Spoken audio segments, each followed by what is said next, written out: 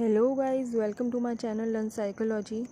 आज हम बात करेंगे एक स्पिरिचुअल साइकोलॉजिकल टॉपिक की, मोह, वासना और प्रेम में अंतर। तो ये टॉपिक के बारे में मेरे क्या विचार हैं वो मैं आज आपके साथ में शेयर करूँगी। तो मोह, वासना और प्रेम देखने में अलग शब्द हैं और तो और आप इनके अर्थ भी स्पष्ट रूप से जानते हैं, लेकिन इन तीनों के बीच एक महीन रेखा है। क्या आप ये बात जानते हैं? वो रेखा पार करते ही प्रेम, मोह और वासना में बदल जाता है। मतलब जो जिसे हम प्रेम कहते हैं वो मोह या वासना में बदल सकता है। अगर मैं आपसे पूछूं कि मोह क्या है, तो आप बोलोगे किसी चीज़ को ना छोड़ पाना, उससे बहुत अधिक लगाव हो जाना मोह है।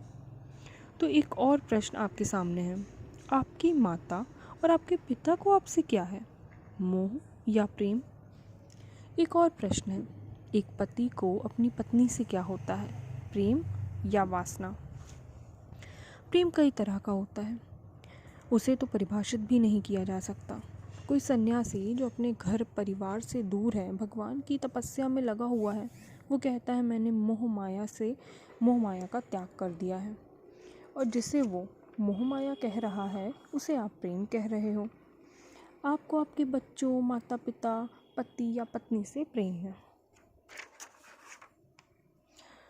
जब आप कहते हो आपको अपनी पत्नी से या पति से प्रेम है और अगर किसी कारणवश वो आपको शारीरिक रूप से संतुष्ट नहीं कर सकते, तो क्या तब भी आप उनसे प्रेम करोगे? क्योंकि आज शादी टूटने के कई कारणों में से एक कारण ये भी है।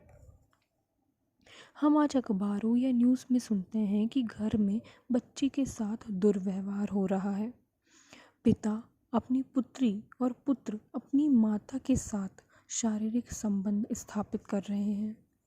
जब वो संतान हुई होगी तो क्या तब से ही इन माता पिता ने इस तरह के संबंध के बारे में सोचा होगा? तो उत्तर है नहीं। तब उन्हें अपनी संतान से प्रेम था, लेकिन एक समय अवधि पूर्ण होने के बाद ये प्रेम वासना में बदल गया। आप समझ पा रहे हो ना ये अंतर? ये उदाहरण सब पे लागू नहीं होते, लेकिन ये प्रेम और वासना और मोह के अंतर को समझने के लिए काफ़ी हैं। हम प्रेम का नाम ज़रूर लेते हैं, लेकिन वो प्रेम है या मोह, प्रेम है या वासना है या मोह, ये समझ नहीं पाते। इसका अर्थ ये नहीं है कि प्रेम शब्द ही कलुषित है। प्रेम करना सही है, लेकिन मोह या वासना की आड़ में नहीं। सच्चे प्रेम इन दोनों भावनाओं से मुक्त होता है। सच्चा प्रेम स्वतंत्र होता है और स्वतंत्रता देता भी है, जबकि मोह वाला प्रेम स्वतंत्रता नहीं देता। वो जिससे प्रेम करता है उसे बांधे रखना चाहता है, अपने साथ या फिर अपनी इच्छाओं के साथ, फिर चाहे वो माता पिता हों, संतान हों या प्रेमी हों। सच्चे प्रेम में आत्मा का मिलन ज़रूरी है, ना कि शारीरिक संतुष्टि ज़रूरी है। कलयुग के बीत जाने पे प्रेम, मोह और वासना का अंतर कर पाना असंभव ही हो जाएगा। ये बात सच है दोस्तों। जैसे जैसे कलयुग आगे बढ़ेगा, वैसे वैसे लोग मोह और वासना को ही प्रेम समझेंगे। और जिस तरीके से अभी भी हम देख रहे हैं, जैसे हम कलयुग का काफ़ी हिस्सा पार कर चुके हैं और हम देखते हैं आजकल प्यार शब्द ऐसा हो गया है जैसे सुबह, दोपहर, शाम का खाना। हर पहर में लोगों को प्यार हो जाता है। माता पिता भी अपनी संतान से एक समय आने पर अगर वो उन्हें नहीं सर्व करती, अगर उनके लिए उनके फ़ायदे नहीं रहते हैं, तो वो उनसे उतना लगाव, इतना प्रेम जितना कि पहले लोगों को हुआ करता था, वो नहीं रखती। वो चाहती हैं कि ये जाए, अगर ये हमें पैसे कमा के दे रहे हैं तो ठीक है, नहीं तो ये चले जाए। मैं सबके लिए नहीं कह रही, सब पे ये चीज़ नहीं लागू है, लेकिन हाँ, जो संतानें कुछ काम की नहीं रहती हैं तो उनसे माता पिता भी परेशान हो जाते हैं। निस्वार्थ प्रेम नहीं रहता कि कुछ भी नहीं है फिर भी ये मेरी संतान है और मुझे इससे प्रेम है, ऐसा नहीं है। ऐसे ही बच्चे भी करते हैं। जैसे ही माँ बाप बूढ़े हो गए, उन्होंने सर्व करना बंद कर दिया, वैसे ही बच्चों का तो माँ बाप को छोड़ के चले जाना आजकल बहुत ही कॉमन हो गया है। तो ये विचार ही कहीं आपको कुछ इस तरीके से नहीं मिलेंगे कि इस पे कोई किताब है या आपको कहीं और से ये पता चले कि नहीं ये किसी चीज़ का निचोड़ है।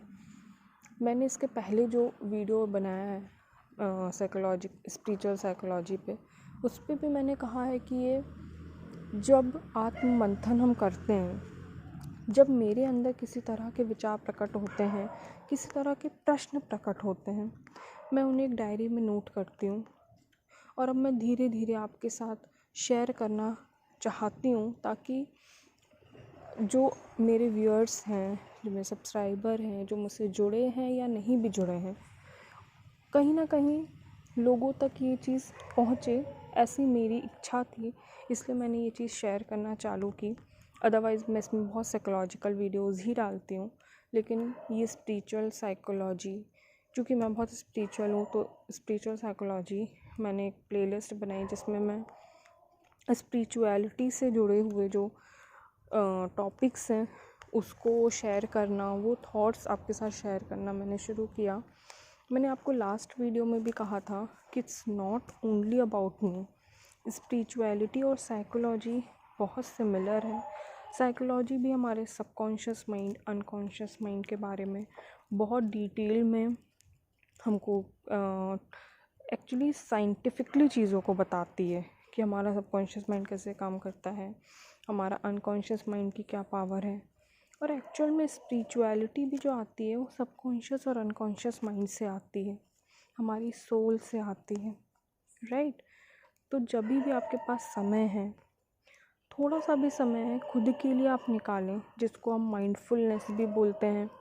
आप चीज़ों को महसूस करें, आप ये जानने की कोशिश करें कि आप जिस भी एनवायरनमेंट में हैं, क्या आप उसको फ़ील कर सकते हैं। अगर आप चाय पी रहे हैं, अगर आप खाना खा रहे हैं, हम इतना जल्दी में होते हैं कि हमें पता भी नहीं चलता कि हमने किस चीज़ का टेस्ट अपने मुंह में लिया है। चाय हमने पी ली, ना हमको मिठास का अनुभव हो पाया और ना उसके अदर इंग्रेडिएंट्स का। तो जब हम उसको फ़ील करना चालू करते हैं तो उसे हम माइंडफुलनेस कहते हैं।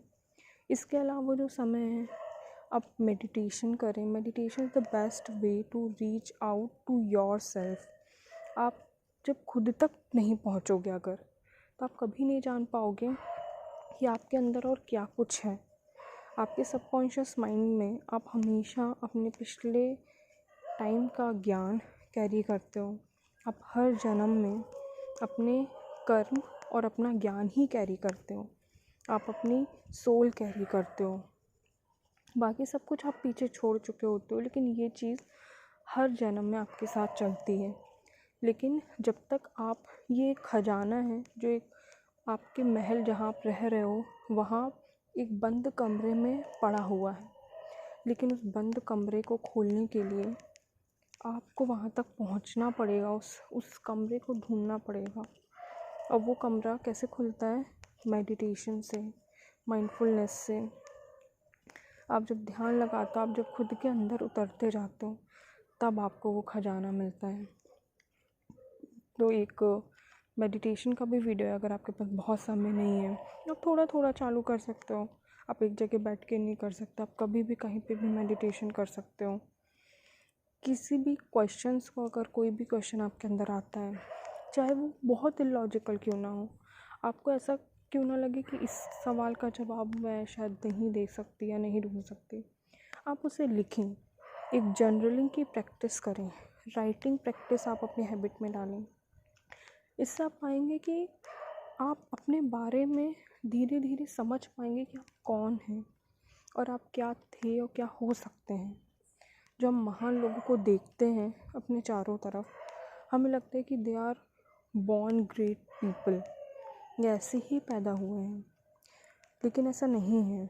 वो भी हम में से ही होते हैं जो बस इन शक्तियों को, इन मिरेकुलस पावर को समझ लेते हैं और उनका इस्तेमाल करते हैं। आपने बहुत सारी बुक्स ऐसे देखे होगी, power of subconscious mind is very famous book, but उसको केवल लेने में और उसको पढ़ने में और समझने में और उस चीज़ को अपनी ज़िंदगी में उतारने से जो अंतर आपको दिखाई देता है, उसमें बहुत डिफरेंस है।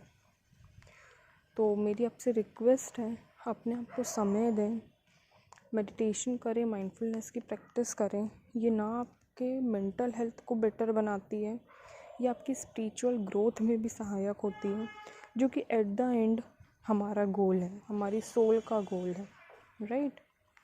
So thank you so much मुझसे जुड़ने के लिए। मेरा एक और चैनल है शार्दुल व्लॉग्स, जहाँ मैं अदर क्रिएटिव वर्क जो मेरी लाइफ में जस्ट फॉर फन करती हूँ, उससे ज़रूर जुड़े।